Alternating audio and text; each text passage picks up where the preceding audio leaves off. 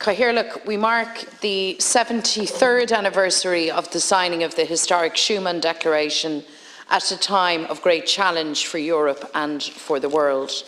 The last 3 years have tested the resilience, togetherness and solidarity of the peoples of Europe in very profound ways. A perfect storm of crises came in the shape of a global pandemic, a soaring cost of living and energy crunch, a very real and immediate climate emergency, and the return of war in Europe. It's our shared values of unity, peace, social solidarity and justice that can provide us with the strength to face these challenges with determination and with the ambition to seek a better future for all.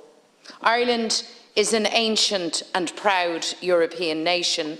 This year we mark 50 years since we joined what was then the European Economic Community.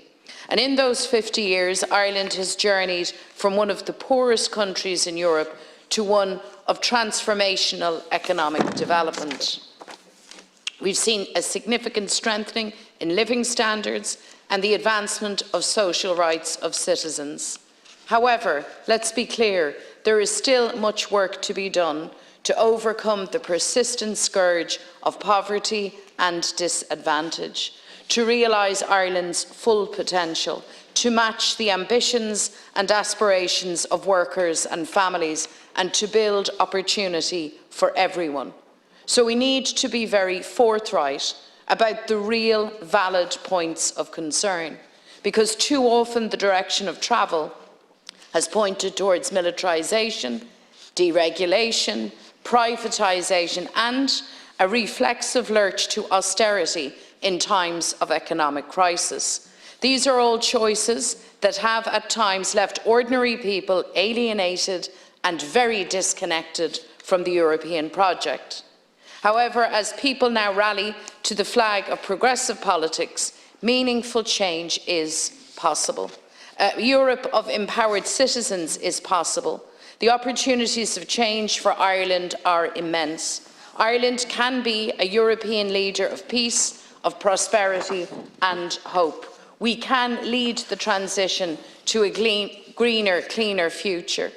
Through harnessing our abundance of wind and renewable resources, Ireland can achieve energy independence and create the clean jobs of the future. We can become an international hub for clean energy and help decarbonise the economies of Europe. We can protect our children's futures and protect our environment through ambitious and fair change. There is no limit to what the peoples of Europe can achieve if we do it together as a community of nations. As the European values of solidarity, partnership and cooperation again come to the fore in a volatile world, I believe there now exists an opportunity to build a truly social Europe. A Europe where workers, where families and community are at the very heart of our shared future.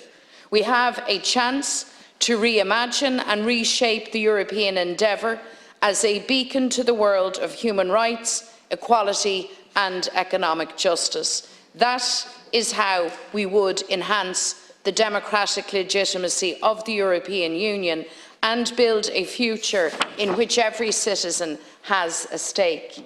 It is this togetherness that sees Europe standing strong with the people of Ukraine as they fight for their freedom, the freedom of their beloved homeland against Russia's criminal invasion. There can be no victory for Putin's military aggression against Ukrainian sovereignty, so he must immediately withdraw his army and end this war. The journey to a lasting peace must begin now, underpinned by the values of democracy, integrity and the rule of international law.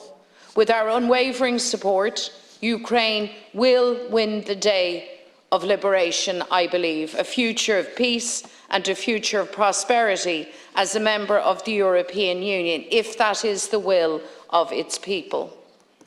In the stand against military belligerence and for the rule of international law, there can be no double standards, Cathaoirleach. Europe must be to the fore in confronting Israel's apartheid against the Palestinian people. Europe can no longer stand idly by as Palestinian lands are forcefully annexed and illegally settled, as Palestinian homes are demolished, as the schools of Palestinian children are bulldozed to dust. Together, we must work for an end to this brutal occupation and for a just and lasting peace in the Middle East. In an increasingly complex world, Ireland remains a strong and leading European voice for peace. And we've achieved this powerful position not by way of military might, but through our respected, long-held tradition of neutrality and through our unequivocal moral principle and stand. That is at the core of Ireland's influence across the world, and those who do not recognise that make a very, very grave error. Indeed, sustained efforts by governments to undermine and erode our military neutrality are wrong. Europe is made stronger through the involvement of military neutrals and non-aligneds. Our connection is deepened by differing perspectives. So rather than retreating into the quicksand of default militarisation, the government must lead the call for recognition of military neutrals and non-aligned countries within the European treaties, within the basic law of our union. And of course, this must also happen within the Irish Constitution too. Because Europe is at its very best when it's on the side of peace and conflict resolution. And we in Ireland know that better than most as we celebrate the 25th anniversary of the Good Friday Agreement. The agreement is an international blueprint for peacemaking and can rightly be cited as a standout success of Ireland's membership of the EU.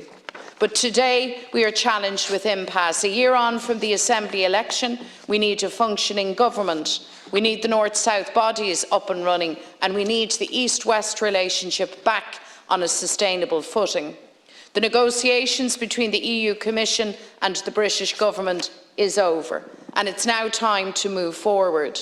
So the DUP is at a moment of decision, and I really hope that the DUP chooses partnership.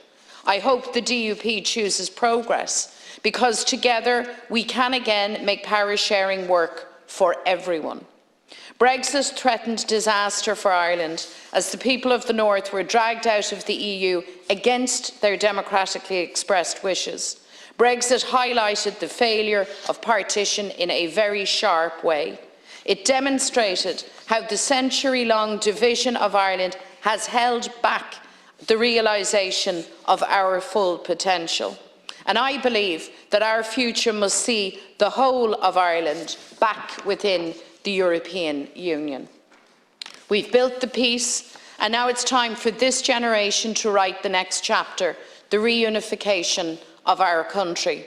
Seismic generational change is already underway in Ireland, and we must now plan for peaceful, orderly and democratic constitutional change. So we must make the preparation for referendums on Irish unity. And I once again, call on government to establish a citizens' assembly to discuss and plan for reunification. This would be a forum for the most important conversation of our time, and I include in this our unionist citizens, those who are British in a partitioned Ireland, who will remain British in a united Ireland.